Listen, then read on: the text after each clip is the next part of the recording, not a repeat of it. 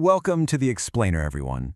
I want to start today by just creating a quiet space for anyone out there who might be feeling, well, a bit overwhelmed right now. If you're joining this explainer and you're feeling inadequate, or maybe you feel like you're constantly falling behind while literally everyone else is racing ahead, I want you to know this is specifically for you. We're going to look at a story today that might just completely change the way you view your own journey. Have you ever felt like you just aren't made for success? It's a heavy, painful question, isn't it? But it's one that so many of us whisper to ourselves in our darkest moments. When your effort just doesn't seem to match your results, self-doubt can completely take over your mind.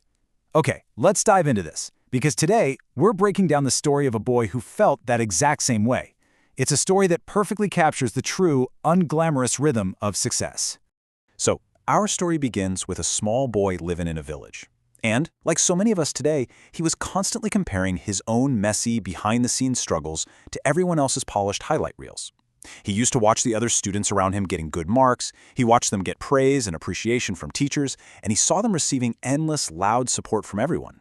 But when he looked at himself, well, he just felt average. In fact, on his bad days, he felt distinctly below average. The weight of that comparison was just constant. And the environment around him certainly didn't help. He had friends who would look at him and say things like, "You are not like us. You are slow." Hearing those harsh words from the people around him carried an incredible emotional weight. Because when you hear something enough times, especially from your peers, you begin to internalize it.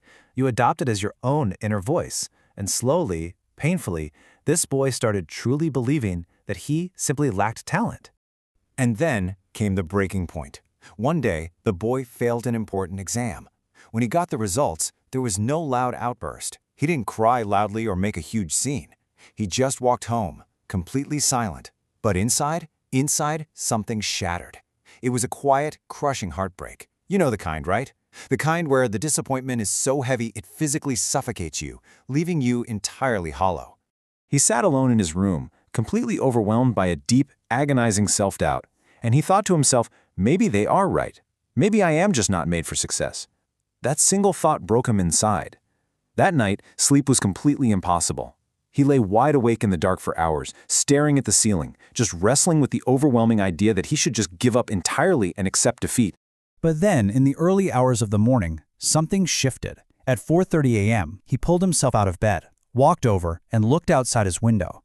The entire world was completely silent.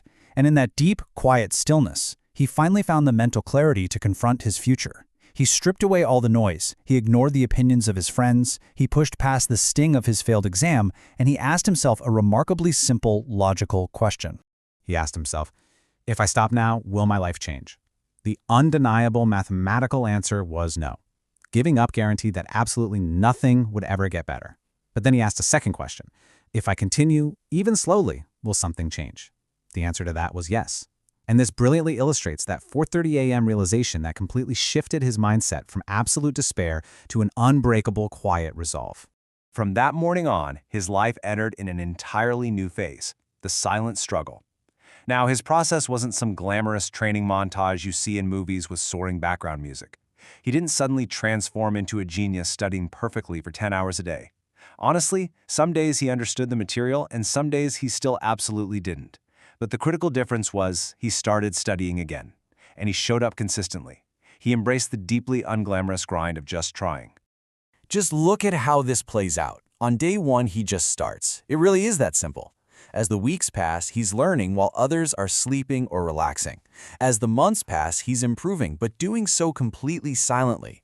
This was a quiet, incredibly lonely struggle. There was absolutely no sudden applause. There was no renewed attention from his teachers telling him how great he was doing. There was no immediate viral success to validate all his hard work. But, just because the changes weren't visible on the outside, didn't mean they weren't happening. While nothing looked different initially, massive internal shifts were taking place. He wasn't just memorizing facts for an exam anymore. No, he was fundamentally rewiring who he was as a human being. The real, permanent results were brewing just beneath the surface, waiting to emerge.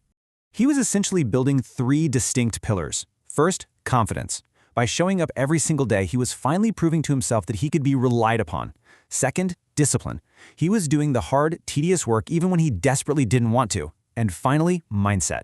He actively stopped seeing himself as a permanent failure and started seeing himself as a lifelong learner. That consistent daily effort was forging him into a completely different person. And then, the result finally showed itself. One day, that exact same boy who had failed so miserably scored very high marks. Everyone around him was shocked. The same friends who call him slow were utterly surprised. They came up to him and asked, "How did you change so much?" And his answer then was beautifully simple. He just said, "I didn't change overnight, I just didn't stop." So the crucial point is this: success is not about being fast. It is about being consistent. We live in a world consumed by toxic hustle culture, right? A world that constantly glorifies speed, quick life hacks, and the dangerous illusion of overnight success.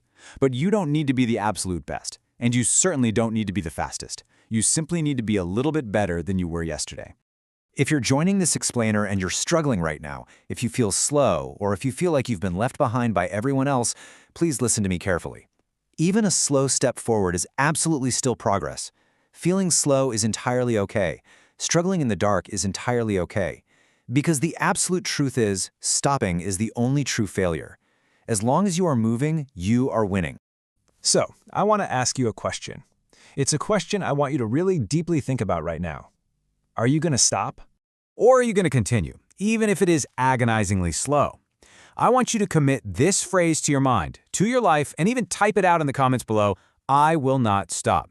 Because the exact moment you decide not to stop, no matter what happens, is the exact moment your life truly begins to change. Keep going, your time will come. Type it out, say it aloud, and ask yourself tomorrow morning, what small, invisible step are you going to take today to prove it?